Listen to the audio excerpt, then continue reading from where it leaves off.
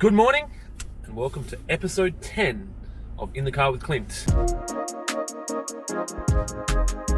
On the way down to Dry Creek at the moment, and today I want to talk to you about a few things. 1 is sleep, 2 is hydration, and 3 is diet. Now, yesterday, if you watched In the Car with Clint number 9, you would have noticed I wasn't myself. I wasn't my usual upbeat self, or maybe I was, but I felt like my head was going to explode.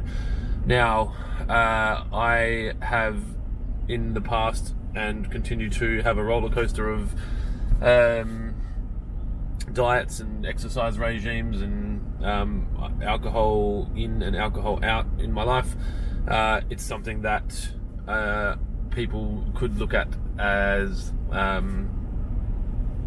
another fad or whatever, but I'm continually trying to find hacks and firstly from an energy standpoint, but I think mostly trying to work out a good balance of enjoyment and not dying early. So yesterday, I reckon I probably had, I was running off maybe 6 hours of sleep, and I don't know how much good sleep I had.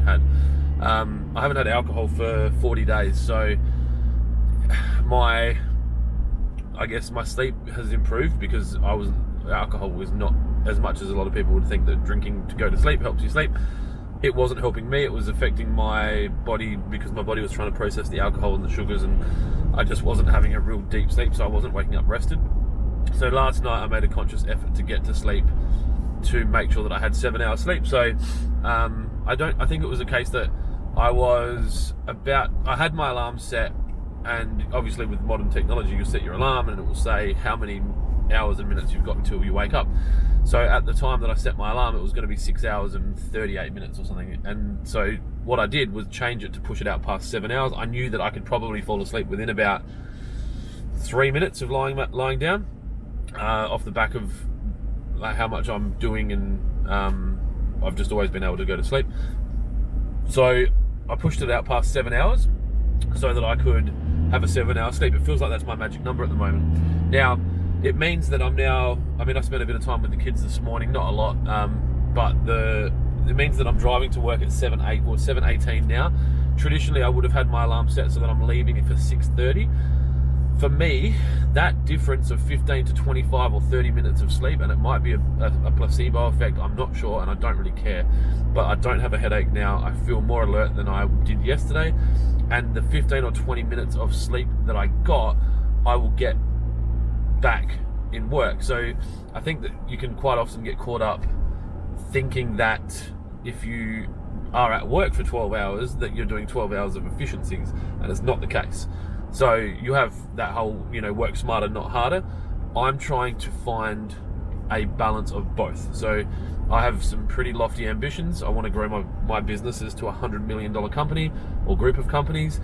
I need to do both hard and smart. So in the example for today, I've cut my work day back by half an hour to ensure that I get an adequate amount of sleep, and now I feel good. So moving forward from that, diet and H2O. So Water Pro, obviously, very topical to talk about water.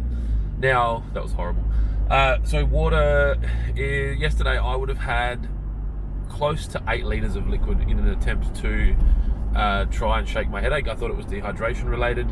I'm trying to find my balance for food, and I did a lot of physical work the day before. So we did a lot of, I did 4 hours of lifting, pallet racking arms up, and then I went to a PT session and did 45 minutes of weightlifting.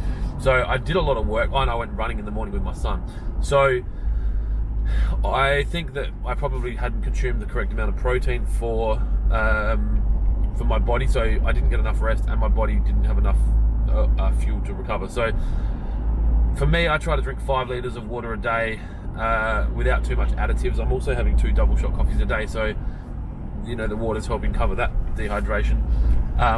But as I am not drinking alcohol, I'm not craving the bad foods that I used to crave. So the sugary breads and pastries and croissants and bacon and egg sandwiches and pizzas and all the beautiful, happy foods that are going to be my eventual demise. and I'm starting to try to bring in, and it's something that I have to actively push more natural foods and whole foods and things that you would find available only in the fruit and veg section or meat area of a shop. So if you want to achieve more out of your day, you need to be conscious of your mind and your body. Obviously, when I was 21, it didn't matter so much. I could come off the back of a 3-hour sleep, still slightly drunk, punch a lung dart, have a double shot piccolo, well back then probably just a Red Bull, and roll in and pull a 12-hour day and kill it. Well, at least I thought I was killing it. I'm sure my employer at the time probably realised where I was at. But as I'm approaching 40, which it's only a number, it's something that I have to be more conscious of. So I have to be, it really just comes down to planning. So it's like anything else I schedule everything else in my life, so down to the wire, because I have to. Now I need to make sure that I'm scheduling sleep and meals and water, which sounds funny, but if you want the energy to be able to achieve what you have the desires to achieve, and it doesn't have to be around a financial metric, that's obviously just my goal. It can be around sporting success, it can be around spending time with loved ones, it can be around changing the world. Whatever it is, if you don't have the adequate amount of rest and sleep and meditation, which we haven't even touched on with this one, that's probably a sprinkling that you can add once you get the other shit in order, then you're going to struggle to get what you need to get done, no matter how driven you are and how on purpose you are. Obviously being on purpose helps. So yeah, I just wanted to talk about that.